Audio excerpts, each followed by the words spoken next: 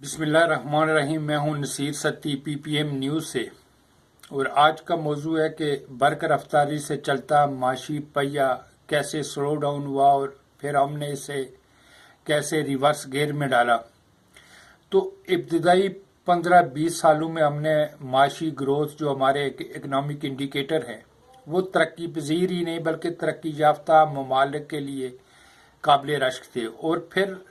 ہماری برق رفتاری سے چلتی معیشت کیسے گھٹنوں کے بل ہوئی، اس کے اسباب کیا ہیں۔ تو اس پر ایک نظر کہ قائد اعظم کو جو پاکستان ملا وہ ایک لٹا پھوٹا پاکستان تھا، انڈسٹری نہ ہونے کے برابر تھی، خزانہ خالی تھا، لیکن ول تھی، کچھ کر گزرنے کا جذبہ تھا۔ یہ وجہ ہے کہ پاکستان ایک ابتدائی 15-20 سالوں میں نہ صرف پاؤں پہ کھڑا ہوا بلکہ معاشی اشاریوں کے عالمی جادوگر یہ تجزیہ کرنے لگ گئے تھے کہ پاکستان مستقبل میں ایشیائی نہیں بلکہ دنیا کی بڑی معیشت بننے جا رہا ہے، اور پھر ہم دنیا کی نظروں میں کھٹکنے لگ گئے، جس کے بعد ہماری منجی ٹھوکنے کا فیصلہ کر لیا گیا، اور بدقسمتی سے ہماری رولنگ ایلیٹ اس کا دانستہ یا نادانستہ حصے دار بن گئی، جس نے پہلے ابھرتی معیشت کو سلو ڈاؤن کیا اور پھر اس معیشت کو گھٹنوں کے بل کر کے عالمی ایجنڈے کی تکمیل کر دی۔ ابتدائی سالوں میں پاکستان کی معاشی گروتھ کیوں قابل رشک تھی، باوجود اس کے کہ ایک ماہ کے وزیر اعظم بھی آئے، کمزور حکومتیں بنی۔ اس کی 2-3 وجوہات ہیں۔ ان میں سے ایک کہ ملک کی جو ایلیٹ تھی، جو رولنگ ایلیٹ تھی، جو سویلین لیڈرشپ تھی، ان کا تعلق ذمہ دار گھرانوں سے تھا۔ ایک وہ جاگیردار تھے، اور جاگیردار میں یہ خوبی پائی جاتی ہے کہ وہ بلا کا ایڈمنسٹریٹر ہوتا ہے، اور دوسری سب سے بڑی وجہ سویلین بیوروکریسی تھی جو انگریز کی تربیت یافتہ تھی، جن میں کچھ کر گزرنے کا جذبہ اور کیپیسٹی تھی، اور انہیں کر کے بھی دکھایا، جس کے سبب ہمارے سرمایہ کاروں صنعت کاروں نے معاشی پہیہ اس برق رفتاری سے چلایا کہ ہم تیز رفتاری سے ترقی کرتی معیشتوں کی صف میں ہمیں کھڑا کر دیا، اور پھر ہم نے اس تیز برق رفتاری سے ترقی کرتی معیشت سے کھلواڑ شروع کر دیا۔ ملٹری بیوروکریسی جو پہلے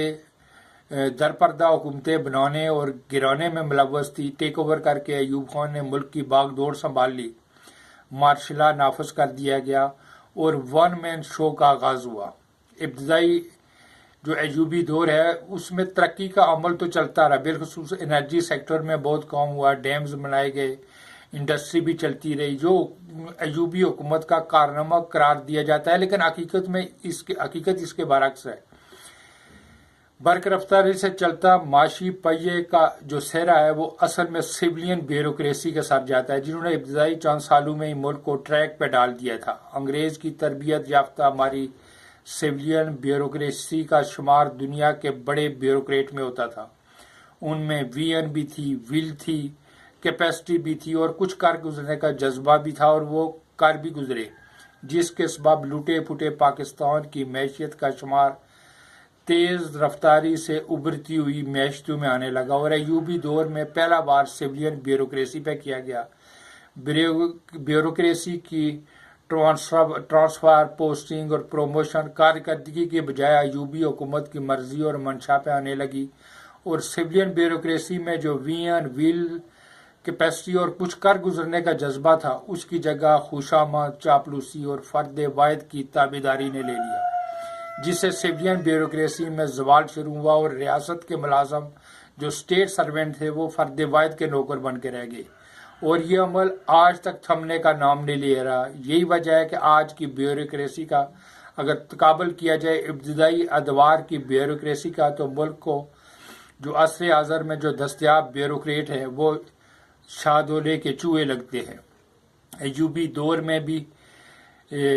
دور میں یہ نعرہ بھی لگنا شروع ہوا کہ ملک کو 22 خاندان لوٹ کے کھا گئے، اور مزدور بھی اسی نعرے کا اسیر ہو گیا،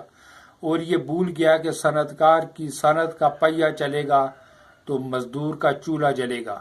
حقیقت میں یہی 22 خاندان تھے جنہوں نے ملک کی معیشت کا پہیہ برق رفتاری سے چلا دیا تھا۔ آج ان 22 خاندانوں میں سے چند رہ گئے، باقیوں پہ اسی دور کے جرنیلوں کے بیٹوں یا رشتہ داروں کا قبضہ ہے، جو ملک کو دیمک کی طرح چاٹ رہے ہیں، اور مشرقی اور مغربی پاکستان میں احساس محرومی بڑھا اور قائد کا پاکستان دو حصوں میں بٹ گیا۔ مشرقی پاکستان بنگلہ دیش بن گیا، جسے ہماری ملٹری لیڈرشپ ایک بوجھ تصور کرتی تھی، جس کے بعد ذوالفقار علی بھٹو کے حوالے ملک کو کر دیا گیا۔ مسٹر بھٹو نے اپنے مختصر دور حکومت میں بہت سے